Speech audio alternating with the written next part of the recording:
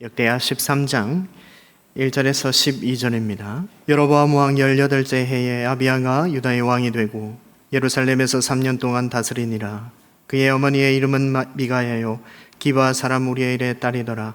아비야가 여로보암과 더불어 싸울새 아비야는 싸움에 용감한 군사 40만 명을 택하여 싸움을 준비하였고 여로보암은 큰 용사 80만 명을 택하여 그와 대진한지라.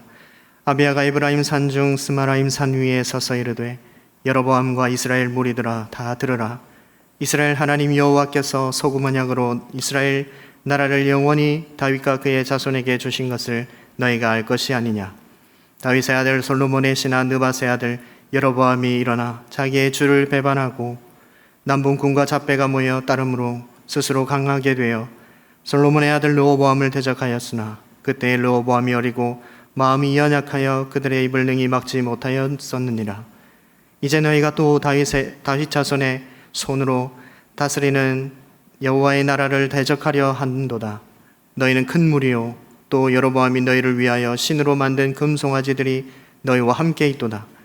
너희가 아론 자손인 여호와의 제사장들과 레위 사람들을 쫓아내고 이방 백성들의 풍속을 따라 제사장을 삼지 아니하였느냐.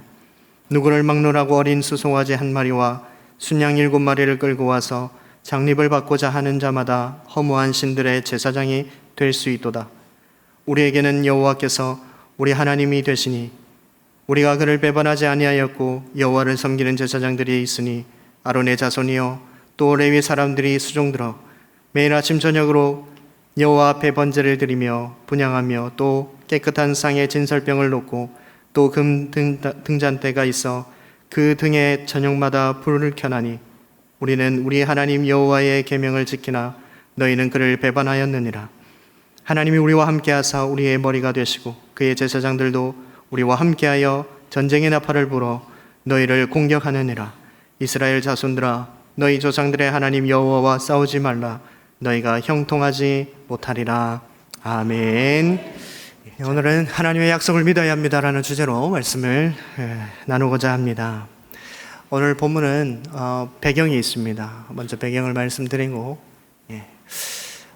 말씀을 전하고자 하는데요. 오늘 유다 왕 아비야라는 사람이 나옵니다. 아비야의 사건이 한 가지가 나오는데 그 사건이 뭐냐 하면 전쟁입니다. 전쟁 이야기를 하려고 하는데 어디 전쟁을 하느냐? 북이스라엘과 남유다의 전쟁입니다. 왜 한 민족인데 싸우고 있는가 하면 원래는 르호보암 남유다의 왕이 한 나라를 다 다스려야 했지만 남북으로 나뉘어졌기 때문이죠. 나누어진 이유는 그 이전에 있었던 이 아주 힘들어했던 솔로몬 때에 강제 노역으로 힘들어했던 사람들이 이제 르호보암에게 찾아왔죠. 그래서 좀 가볍게 해달라, 우리의 무거운 짐을 가볍게 해달라 했지만 더 무겁게 했죠. 그래서 그 사람들이 르호보암을 떠납니다. 그리고 이제 여로보암을 왕으로 세웁니다. 그래서 10지파가 북이스라엘이 되고 밑에 남유다가 이제 한 나라가 되죠. 성경은 이것을 이렇게 얘기합니다. 르호보암과 여로보암 사이에 항상 전쟁이 있으니라. 여러분, 남북이 나눠졌기 때문에 전쟁이 계속 있었던 것입니다. 사이가 안 좋았던 것이죠. 그 이야기를 오늘 이야기하고자 합니다. 북이스라엘과 남유다의 전쟁, 그 중에 아비야의 믿음과 그 믿음의 결과에 대해 말씀을 드리고자 합니다. 첫 번째는 하나님의 약속을 믿었던 아비야입니다. 오늘 본문의 말씀에 어느 나라가 먼저 공격했는지는 나오지 않습니다. 두 나라가 대진하고 있습니다. 군사가 유다는 40만 명, 북쪽 이스라엘은 80만 명이 대진하고 있죠. 자기보다 2배나 많은 이 군사 앞에서 유다 왕 아비야가 연설을 합니다. 유다와 북이스라엘 경계에 있었던 산, 이 스마라임 산이라는 그곳에 올라가서 북이스라엘 무리에게 이렇게 이야기를 시작합니다. 5절에 이스라엘 하나님 여호와께서 소금 언약으로 이스라엘 나라를 영원히 다윗과 그의 자손에게 주신 것을 너희가 알 것이 아니냐. 하나님은 다윗에게 약속을 주셨습니다. 다윗 언약이라고 하는데 사무엘상 7장에 보면 내 이름을 위대하게 만들어 주겠고 원수에게서 벗어나 편히 쉬게 해줄 것이고 내 씨가 내 뒤를 이어 왕이 될 것이고 너의 나라를 견고하게 하겠다. 그 약속을 주셨습니다. 이 말이 무슨 말인가 하면 다윗의 집과 그의 나라를 영원히 보존하고 왕위가 영원히 견고할 것을 약속해 주시는 말씀입니다.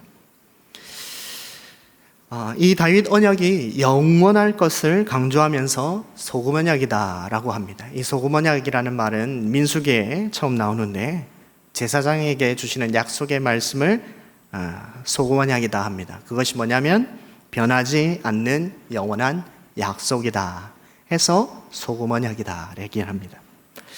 하나님께서 다윗에게 주신 이 약속, 변하지 않고 영원히 이어질 소금 언약이다라고 주신 약속이 다윗 언약입니다.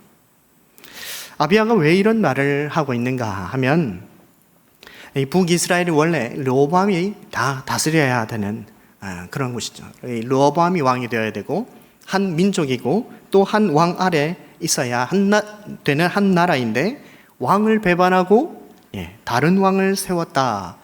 너희들이 잘못했다라는 것을 지적하는 것이죠.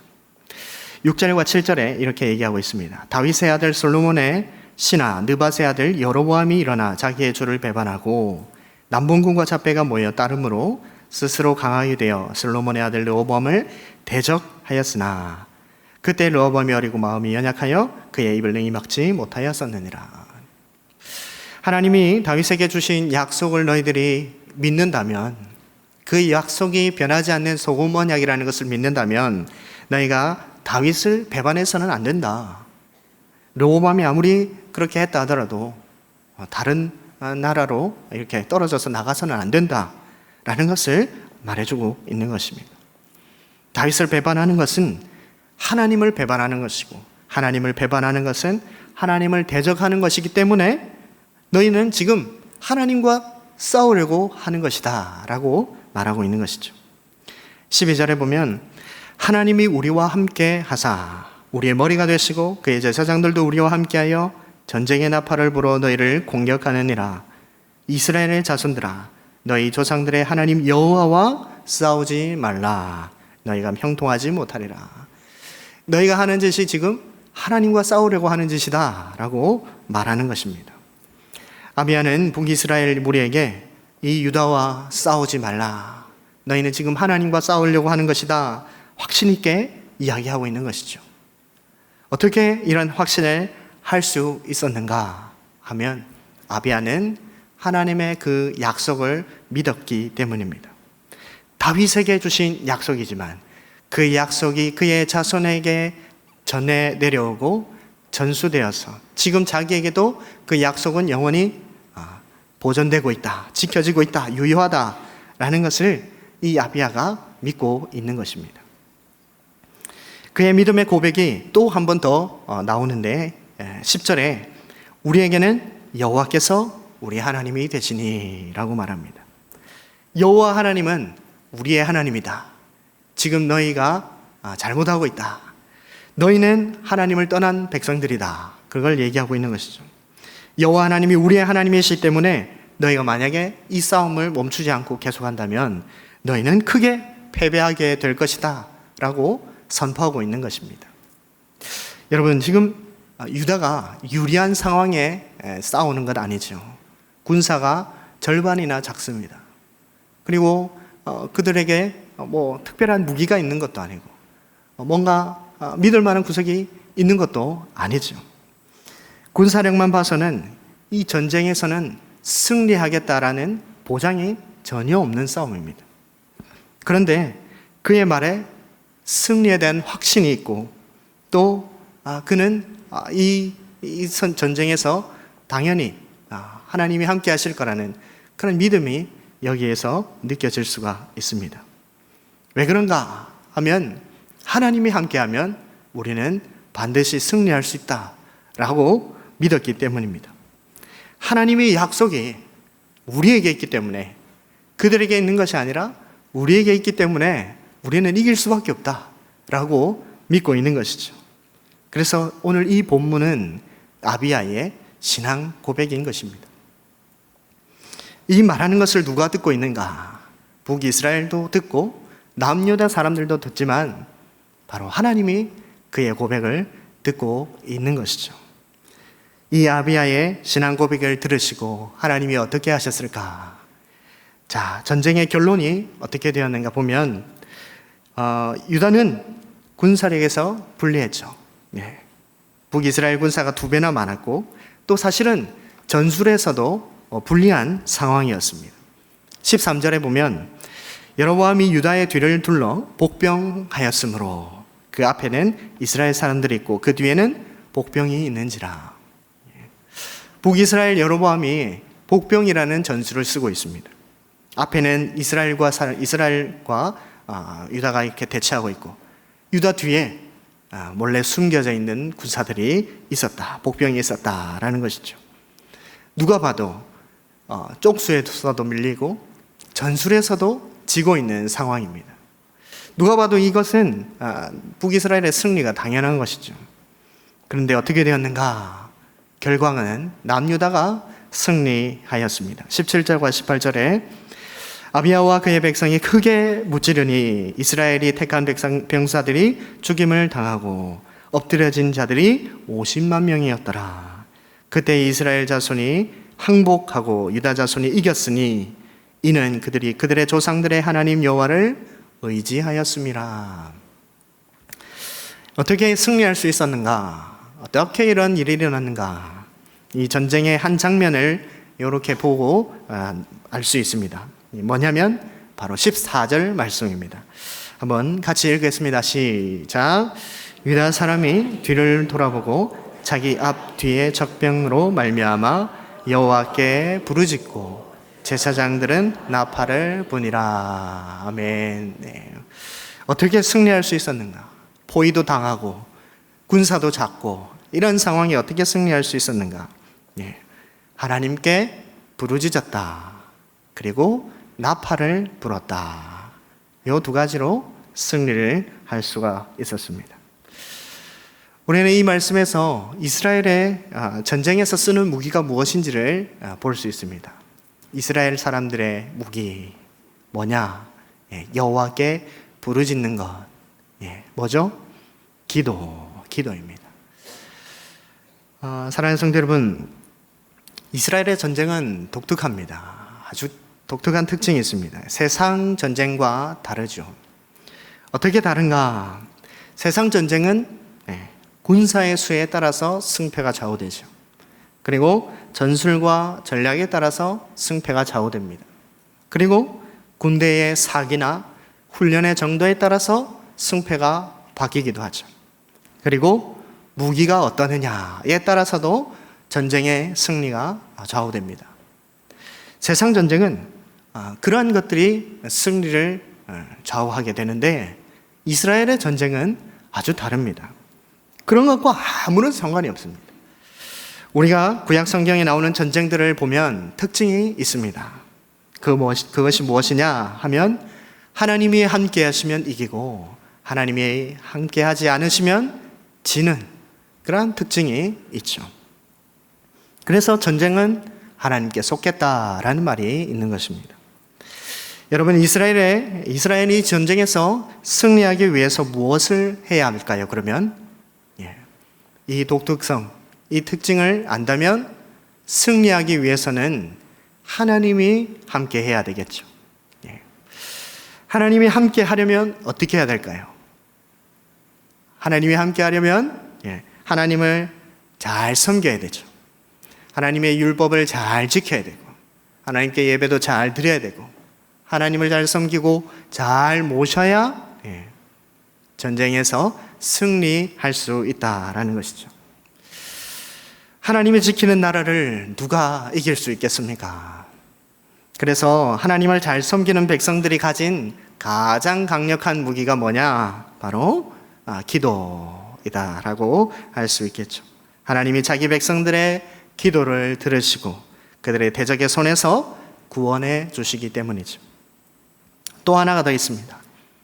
하나님이 우리를 위해 싸우신다라는 것을 알리는 것이 있는데 그것이 바로 오늘 나오는 나팔입니다. 이스라엘이 광야에 있을 때에 제사장들이 하나님의 출정, 하나님이 일어서서 나가신다, 이 출정을 알릴 때에 했던 것이 있습니다. 그게 뭐냐면 나팔을 부는 겁니다. 은나팔을 두들겨서 만들어 2개를 부는 것이죠. 이것은 하나님께서 나가서 싸우신다라는 의미를 가지고 있습니다. 민수기 10장 9절에 이렇게 되어 있습니다. 또 너희 땅에서 너희가 자기를 압박하는 대적을 치러 나갈 때에는 나팔을 크게 불지니 그리하면 너희 하나님 여호와가 너희를 기억하고 너희를 너희의 대적에게서 구원하시리라. 이 나팔 소리로 하나님께서 너희를 기억하고 대적에게서 구원하실 것이라 약속을 했었던 것이죠. 그 약속을 아비야가 알고 믿었던 것입니다. 오늘 본문에서도 전쟁의 나팔을 불며 너희를 공격하신다 하나님이 이런 말씀도 있죠. 이 나팔 소리로 승리한 전쟁들이 성경에 꽤 나옵니다. 여러분, 우리가 잘 알고 있는 여리고성 함락할 때 여리고성을 군사들이 돌죠. 그때에 언약궤를 앞장 세우고 그 뒤에 제사장들이 7 나팔을 들고 부릅니다. 7바퀴를 이제 마지막 날 7바퀴를 다 돌고도 나팔을 불죠. 나팔을 불 때 백성들이 함성을 질러서 여리고 성벽이 무너졌죠. 기드온과 300용사 어떻게 승리합니까? 미디안과의 전쟁에서 뭘 들고 가죠? 항아리 안에 횃불과 나팔, 나팔을 들고 갑니다. 항아리를 깨트리고 횃불을 들고 나팔을 불죠. 그래서 하나님이 싸우신다라는 것을 보여줍니다. 이것은 요한계시록에서도 나팔이 많이 나오고 있습니다. 그것은 하나님이 싸우신다, 대적을 물리치신다, 그것으로 심판하신다라는 것을 말하고 있는 것입니다. 여러분, 이 나팔이 바로 하나님이 우리를 위해 싸우신다라는 표입니다. 아비야가 앞뒤 적군이 있는 상황에서 이 2가지를 하죠. 하나님께 부르짖고 나팔을 붑니다. 이 말은 무엇이냐? 하나님, 우리의 힘으로 이 전쟁을 이길 수 없습니다. 하나님이 이 전쟁에서 우리를 구원해 주십시오. 우리를 위해 대신해서 싸워 주십시오. 라는 그러한 고백인 것이죠.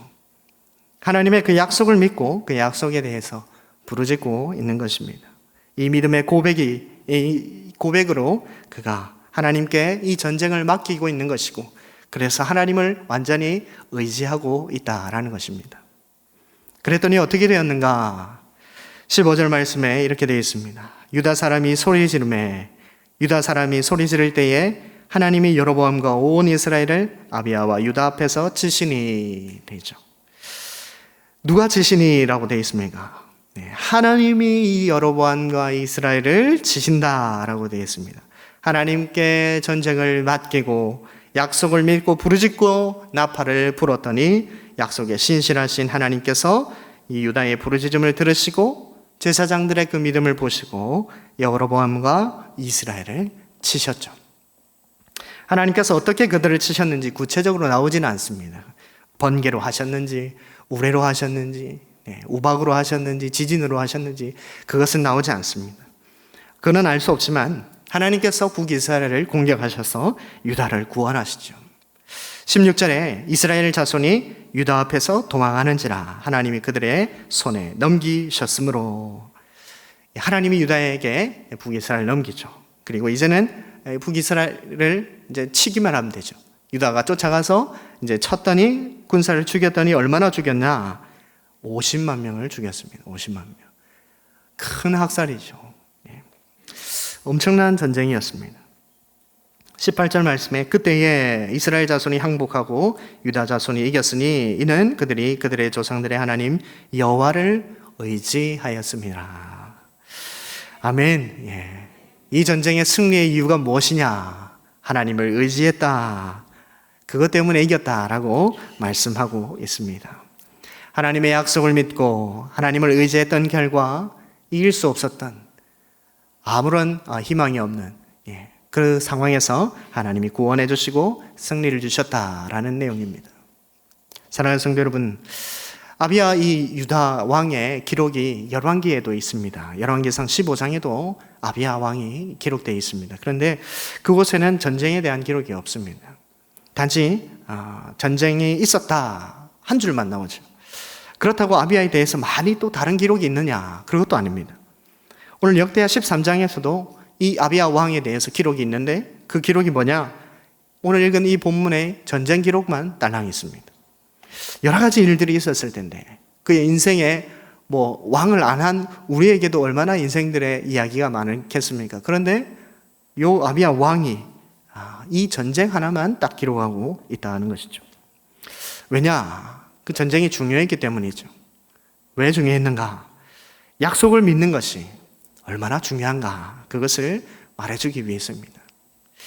여러분, 이 역대기는 1차 포로 귀환한 사람들을 위해서 쓰여졌습니다. 이 1차 귀환한 그 바벨론에서 돌아온 그 백성들에게 알리기 위해서 그것을 기록했습니다. 포로 귀환한 이스라엘 백성들에게 무엇을 말하고자 하는가? 이 역대기가 무엇을 말하고자 하느냐 하면 과거의 역사를 통해서 그들이 무엇을 잘못했는지, 무엇을 놓쳤는지, 그들이 왜 포로로 가게 되었는지 그것을 알게 하고 다시 이제 이스라엘을 일으키기 위해서 무엇을 붙잡아야 할지를 가르쳐주기 위해 이 역대기가 기록되어 있습니다. 열왕기에서는 아비야 왕이 아버지 르호보암의 길을 따라 여호와 보시기에 악을 행했다 그렇게 기록하고 있습니다. 아주 악평을 하고 있죠. 그런데 역대기에서는 그렇게 기록하고 있지 않습니다. 오히려 하나님을 의지한 왕으로 기록하고 있죠. 이것은 다윗 왕조의 정통성을 강조해서 하나님이 주신 약속이 그대로 성취되고 있음을 보여주기 위함입니다. 남유다가 바벨론으로 끌려가기 전까지의 이 350년 동안의 이 유다왕은 다윗 왕조에서 다른 왕조로 바뀐 적이 한 번도 없습니다. 하나님의 약속이 그대로 이어가고 있죠. 그것이 얼마나 대단한가 북이스라엘을 보면 알 수 있습니다. 북이스라엘에는 200년 동안에 9번이나 왕조가 바뀝니다. 그러니 한 왕조가 몇백 년을 이어간다는 것이 그렇게 쉬운 일이 아니다. 거의 불가능하다라고 우리는 알 수 있는 것이죠. 그런데 하나님이 주신 약속 때문에 그 약속대로 왕조가 변하지 않고 이어갈 수 있었다라는 것이죠. 그 약속대로 하나님이 약속하신 70년이 끝나고 이스라엘에서 백성들이 돌아온 거죠. 포로로 귀환했습니다. 과거 하나님이 하신 약속들을 보면서 그 약속대로 모든 것이 성취되는 것을 발견하도록 이 역대기를 기록하고 있습니다.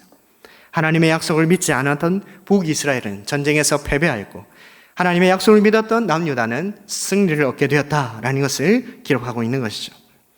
아비야와 이 여로보암의 전쟁을 통해서 북이스라엘이 왜 패배했는지를 보여주고 있는 이유입니다. 아비야가 전쟁 중에 북이스라엘의 죄를 지적하고 있습니다. 그 죄는 사실 이스라엘 백성들에게 하는 선포이죠. 8절과 9절입니다. 이제 너희가 또 다윗 자손의 손으로 다스리는 여호와의 나라를 대적하려 하는도다. 너희는 큰 무리요 또 여로보암이 너희를 위하여 신으로 만든 금송아지들이 너희와 함께 있도다. 너희가 아론 자손인 여호와의 제사장들과 레위 사람들을 쫓아내고 이방 백성들의 풍속을 따라 제사장을 삼지 아니하였느냐? 누구를 막노라 어린 수송아지 한 마리와 순양 7마리를 끌고 와서 장립받고자 하는 자마다 허무한 신들의 제사장이 될 수 있었도다. 이스라엘 백성들, 북이스라엘의 이 죄를 지적하고 있는 것이죠. 그런데 사실은 이 죄는 이 남유다와 북이스라엘 전체의 죄악이죠. 그래서 이 역대기는 무엇을 말하고 있느냐? 너희들이 이러한 죄를 지었다. 하나님을 떠나서 금송아리를 섬기고 제사장들을 쫓아내고 레위인들을 쫓아내고 하나님을 섬기는 일들을 소홀하게 하고 그것을 멸시했다. 그것을 지적하고 있는 것이죠. 그래서 이것을 지적함으로써 이제 그들을 돌이키게 하기 위해서 말씀을 하고 있는 것입니다. 아비야가 왜 북이스라엘의 죄까지 지적하고 있는가? 그 죄를 너희들이 깨닫고 전쟁을 그만두고 다시 하나님께로 돌아오라 라는 일종의 전도인 것이죠. 너희 지금 그것을 그만두고 돌이켜서 다시 하나님의 백성이 되어라. 이 말을 거부하면 전쟁에서 패하게 될 것이고 죽게 될 것이라는 선포인 것입니다. 북이스라엘에게 선포하는 이 내용, 사실은 북이스라엘 포로 귀환한 그들에게도 하고 있는 말씀인 것입니다. 이 전쟁은 단순히 무기와 군사력으로 하는 전쟁이 아닙니다. 아비야는 하나님을 의지하는 것이 전쟁의 승패를 좌우한다는 것을 알고 있었습니다. 또 아비야는 하나님의 약속은 반드시 성취된다라는 것을 믿고 있었던 것이죠. 약속을 이루시는 하나님을 믿었던 것입니다. 사랑하는 성도 여러분, 우리에게 이것을 어떻게 적용할 수 있을까? 이제 다 끝나갑니다. 적용을 어떻게 하는가? 아비야가 믿었던 약속이 뭐냐? 다윗 언약이죠. 다윗 언약. 하나님을 의지하면 전쟁에서 승리할 수 있다. 하나님이 우리에게 주신 약속이 있기 때문에 그 약속 믿고 나가는데 우리는 승리할 수밖에 없다. 이 약속을 믿고 나갔던 것이죠. 그러면 우리는 무슨 약속을 믿어야 합니까? 하나님을 의지해야 승리할 수 있다. 이것을 믿어야 할까요? 물론 우리는 하나님을 의지해야 합니다. 우리의 치열한 전쟁 같은 이 삶 속에서 승리하기 위해서는 하나님을 의지해야죠. 당연한 겁니다. 그러면 우리가 믿을 약속이 이것밖에 없을까? 아니죠. 하나님이 우리에게 주신 약속이 있습니다. 성경을 관통하는 하나님의 약속이 있습니다. 그것이 뭐냐?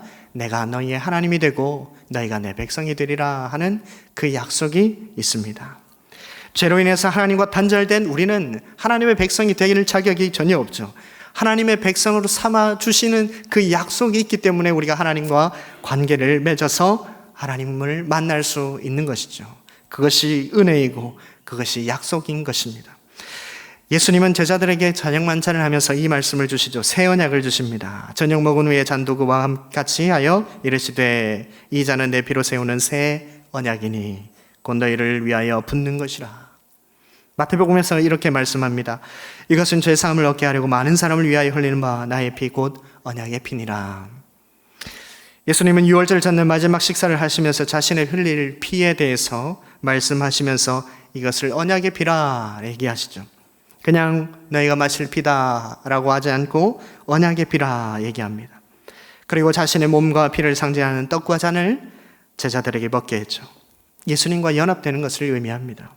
오늘 우리가 성찬을 할 때도 그 말씀을 해주셨죠. 예수님이 주시는 이 새 언약, 이게 뭔가 하면 이것은 사실은 예레미야를 통해서 주신 새 언약이 이미 주어진 말씀입니다. 예레미야 31장 31절에서 33절을 제가 읽어드리겠습니다. 여호와의 말씀이니라. 보라, 날이 이르느니 내가 이스라엘 집과 유다 집에 새 언약을 맺으리라. 이 언약은 내가 그들의 조상들의 손을 잡고 애굽 땅에서 인도하여 내던 날에 맺은 것과 같이 아니할 것은 내가 그들의 남편이 되었어도 그들이 내 언약을 깨뜨렸습니다. 여호와의 말씀이니라. 그러나 그날 후에 내가 이스라엘 집과 맺을 언약은 이러하니 곧 내가 나의 법을 그들의 속에 두며 그들의 마음에 기록하여 나는 그들의 하나님이 되고 그들은 내 백성이 될 것이라. 여호와의 말씀이니라. 여기서도 하나님이 우리에게 약속해 주시고 있죠. 나는 너희의 하나님이 되고 너희는 내 백성이 되겠다. 이것은 구약에서 주신 말씀이지만 신약에서도 다시 하나님이 말씀하고 있습니다. 그 약속을 이루시기 위해서 오셔야 되는 분이 계신데 그분이 바로 예수 그리스도라는 것입니다. 히브리서 8장에 그 말씀이 기록되어 있습니다. 그들의 잘못을 지적하여 말씀하시되 주께서 이르시되 볼지어다 날이 이르리니 내가 이스라엘 집과 유다 집과 더불어 새 언약을 맺으리라. 또 주께서 이르시기를 이 언약은 내가 그들의 열조의 손을 잡고 애굽 땅에서 인도하여 내던 날에 그들과 맺은 언약과 같이 아니하도다.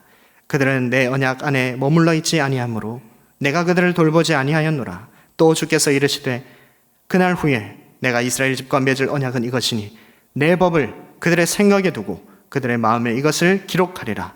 나는 그들의 하나님이 되고 그들은 내게 백성이 되리라. 아멘. 하나님이 우리에게 주신 약속이 뭐냐? 나는 너희의 하나님이 되고 너희는 내 백성이 되리라. 하나님이 우리와 관계를 맺으시겠다라는 약속이죠. 우리는 죄로 인해서 하나님을 떠난 죄인입니다. 하나님께로 나아갈 수 없는 존재입니다. 그런데 하나님은 우리를 구원하시기 위해서, 우리를 하나님과 관계를 맺기 위해서 이 약속을 주시고 그 약속을 이루시기 위해 예수 그리스도를 보내주신 것입니다. 예수님의 십자가로 우리의 죄를 해결하시고 우리를 새 언약 백성으로 삼아 주신 것이죠. 우리는 죄사함을 받는 하나님의 자녀요, 하나님의 백성이요, 천국 백성이 된 것입니다. 우리 안에 성령님을 보내주셔서 이제 우리가 성전이 되었고 우리가 교회가 된 것이죠. 교회는 주님의 몸이라고 합니다. 주님이 어떤 것을 가지고도 자기의 몸이라고 하지 아니하시고 교회를 가지고 내 몸이라 나와 연합된 것이다 라고 말씀해주고 있는 것이죠. 주님의 몸된 교회 안으로 들어오는 모든 자, 어떤 자든 다 이 새 언약으로 하나님과 관계가 맺어지게 된다라는 것을 우리에게 주고 있는 것입니다. 그래서 우리는 언약 백성이다, 새 언약 백성이다 라고 부르는 것입니다. 우리가 이제 하나님을 나의 아버지라, 관계가 맺어졌으니 이제 하나님을 아버지라 부를 수 있게 되었습니다. 이 관계를 이루기 위해서 구약과 신약의 그 역사를 하나님이 이루어 오신 것입니다. 이것을 구속사다라고 말합니다. 우리를 구원하시기 위해 이끌어 오신 역사다 해서 구속사다라고 합니다. 사랑하는 성도 여러분, 우리가 이 자리에 그냥 앉아 있는 건 아닙니다. 이 자리는 그냥 앉을 수 있는 자리가 아닙니다. 하나님께서 수천 년의 일들을 통하여서 여러분들을 이 자리에 앉히기 위해서 아주 수천 년의 일들을 하나님이 일을 해 오셨기 때문에 우리가 여기에 있는 줄 믿으시기를 바랍니다. 교회가 무엇인지, 우리 여기 앉아 계신 우리 새가족분들도 계실 텐데 교회가 무엇인지, 말씀이 무엇인지, 예배가 무엇인지, 하나님이 어떤 분인지 잘 아직 모르는 분들도 계실 줄 압니다.